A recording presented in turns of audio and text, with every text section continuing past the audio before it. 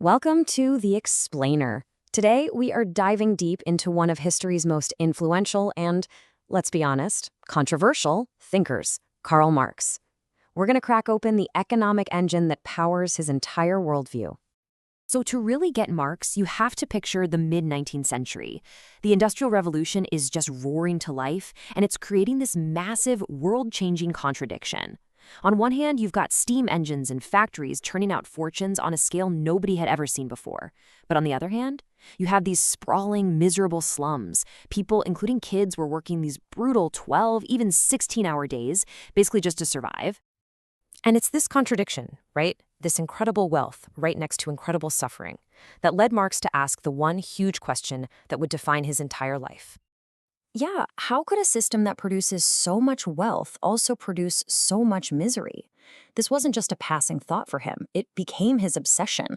He wasn't content to just point out the problem. He wanted to scientifically break down the inner workings of this new system, this thing called capitalism.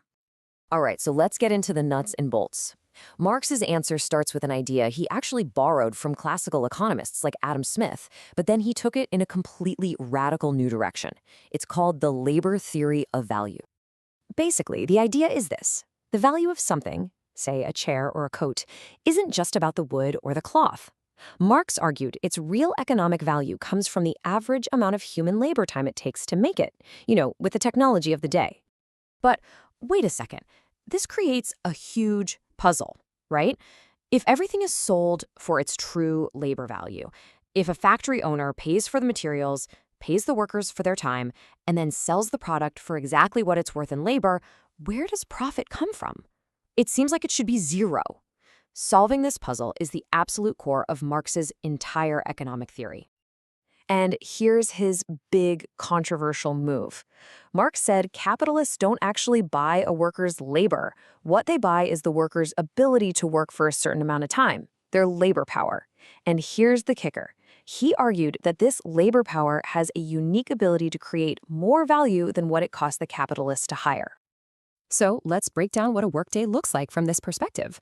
Imagine an 8-hour shift. Marx would say, maybe in the first 4 hours, the worker produces enough value to cover their own wages. He called that necessary labor. But the day's not over. They keep working for another 4 hours. And all of the value they create in that second half, that's what he called surplus labor.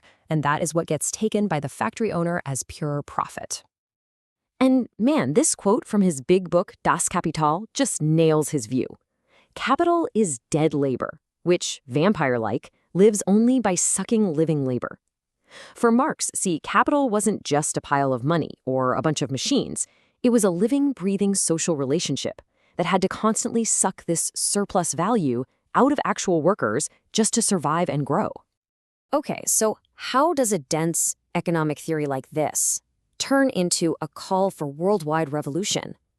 Well, Marx laid out the whole game plan in 2 major works, and they were designed to do just that, to take these ideas from the page and put them into action. It's kind of like a 1-2 punch. First, you have the Communist Manifesto. It's short, it's fiery, it's a political rallying cry. It's where you get those famous lines like, "Workers of the world, unite." Then you have Das Kapital. This is the dense, scholarly, 1,000-page behemoth that was meant to be the scientific proof for why that revolution wasn't just a good idea, but was historically inevitable.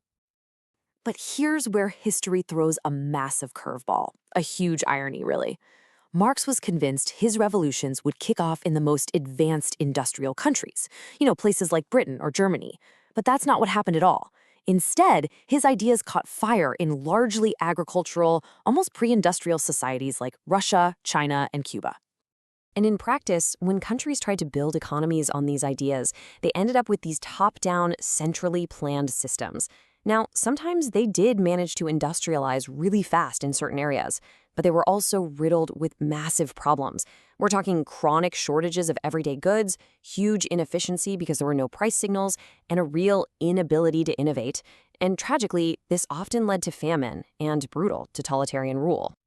So, you have these historical results on one side, but at the same time, back in the world of ideas, Marx's economic theory was getting hit with some really powerful critiques, arguments that attacked the very foundation of his thinking.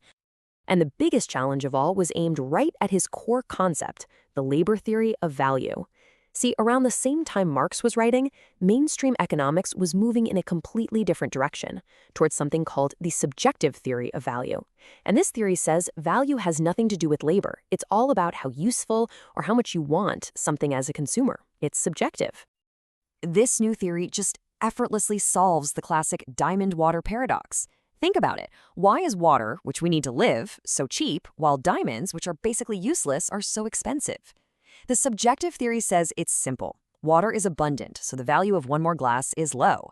Diamonds are super scarce, and people really desire them. And boom, that simple idea pretty much pulls the rug out from under Marx's whole theory of surplus value.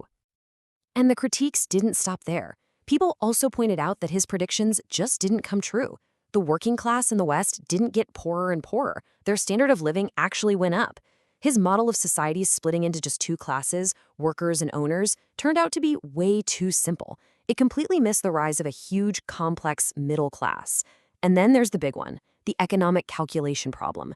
The argument that without market prices, a central planner is basically flying blind, with no way to know how to allocate resources rationally.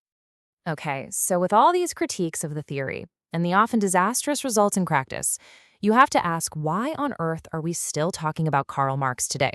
And this, right here, is where things get really, really interesting. This table does a great job of showing where Marx fits in. You've got laissez-faire capitalism, which says, leave the market alone. You've got Keynesianism, which says the market needs managing. But Marx, he's playing a totally different game. He saw the market as fundamentally broken and exploitative. He wasn't trying to tweak or fix capitalism. He was arguing for its complete and total overthrow.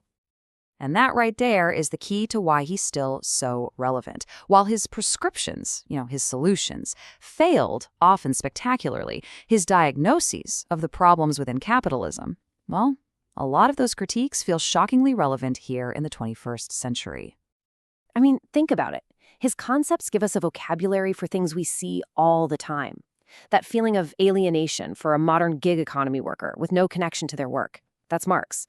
The commodification of everything, where even our social media profiles become products to be sold. That's Marx. Using the idea of exploitation to look at global supply chains, or class analysis to understand the power of huge corporations, it's all right there. His ideas give us a powerful lens to analyze the world we're living in right now. So here's the bottom line. The enduring legacy of Karl Marx isn't in the flawed and often catastrophic answers he provided. It's not in the blueprint he drew up for the future. Instead, his real legacy is in the powerful, profound, and pretty unsettling questions he forced society to ask about our economic system. Questions about power, about inequality, about the human cost of it all. And for a lot of people, those questions are still hanging in the air, unanswered.